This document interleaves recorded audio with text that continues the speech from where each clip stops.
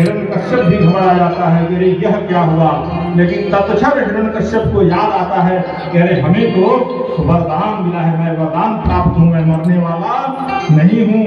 तत्क्षण भगवान हिरण्यकश्यप लपट कर, भगवान नृसिंहदेव लपट कर हिरण्यकश्यप को पकड़ लेते हैं और पकड़कर मध्याह्न के 12 बजे नृसिंह भगवान प्रकट हुए थे और 12 बजे से युद्ध छिड़ गया और वह युद्ध छिड़ते छिड़ते शाम हो गया।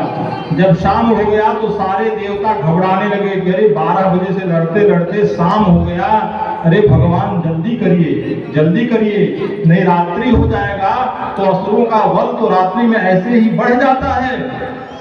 भगवान नृसिंह भगवान ऐसे ब्रह्मादि देवताओं की तरफ देखे, जब ऐसे देखे तो सारे ब्रह्मादि देवता डर के मारे भाग गए उनके क्रोध को देखकर, और तत्क्षण पकड़े और पकड़कर बीच देहली पर बैठ गए और उसको अपने जंघे पर बैठा लिए। जब जंघे पर बैठा लिए तो हिरण्यकश्यप हंसने लगा।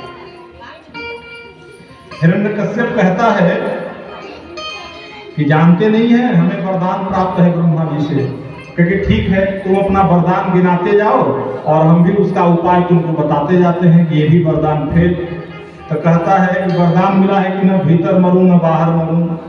तो कहा कि देखो तू न भीतर हो न बाहर हो, बीच देहली में हो। अब तो बेचारा थोड़ा सा शक पका गया।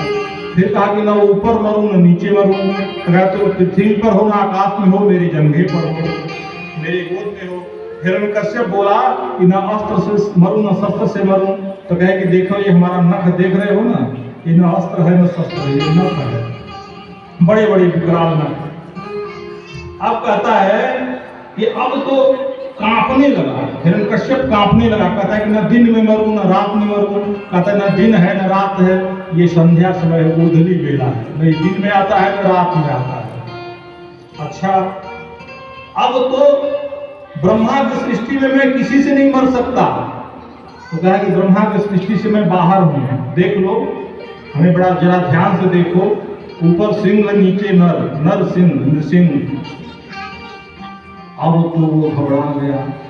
अब घबरा कर उसकी बुद्धि काम ही नहीं कर रही थी।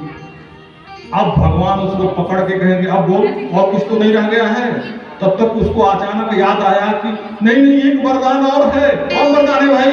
12 महीने में किसी महीने में न मरूं। कहा कि देख ये स्पेशल महीना पुरुषोत्तम महीना तेरे लिए बनाया हूं, पुरुषोत्तम महीना है, चल। अब तो उसकी बुद्धि चकरा गई और भगवान अपने विशाल नखों से हिरण्यकश्यप के उदर में घोंपकर उसके हृदय को विदीर्ण कर दिए और उसके आंतों को निकालकर माला पहन ली। और जब माला पहन लिए तो नृसिंह का रूप ऐसे ही पहले से जीभ लपलपा रही थी, जब माला पहन ली तो उनका भयंकर विकराल रूप हो गया। अब किसी देवता की हिम्मत नहीं पड़ रही है कि उनके सामने आकर उनको मनाए, स्तुति करे। सारे देवता आए, भाग गए।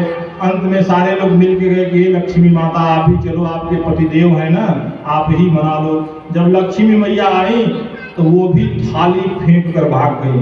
अरे नहीं मेरे बस का भी बात नहीं है। अंत में सबको याद आया कि बिना भक्त के भगवान मानने वाले नहीं हैं। तो प्रहलाद जी को आगे किए गए और जैसे ही प्रहलाद के ऊपर नृसिंह भगवान का नजर पड़ा, बड़ी विचित्र लीला। सब लोग शांति से देख रहे थे भगवान को और भगवान प्रहलाद जी को लेकर के गोद में बैठा लेते हैं। और जैसे जब गैया को बछड़ा पैदा होता है ना, तो गैये में कितना वात्सल्य उभर पड़ता है कि चाटती है, वैसे ही अपने जिह्वा से भगवान प्रहलाद जी को चाटने लगे। कितना वात्सल्य उमड़ा। और भगवान की कृपा शक्ति तो चरणों में ही विद्यमान है। और जैसे ही प्रहलाद जी के चरण स्पर्श होते हैं, नृसिंह भगवान के चरणों में कृपा शक्ति जागृत हो जाती है और प्रहलाद जी उनका स्तुति करते हैं। स्वपाद मूले पतितं तमर्भकम्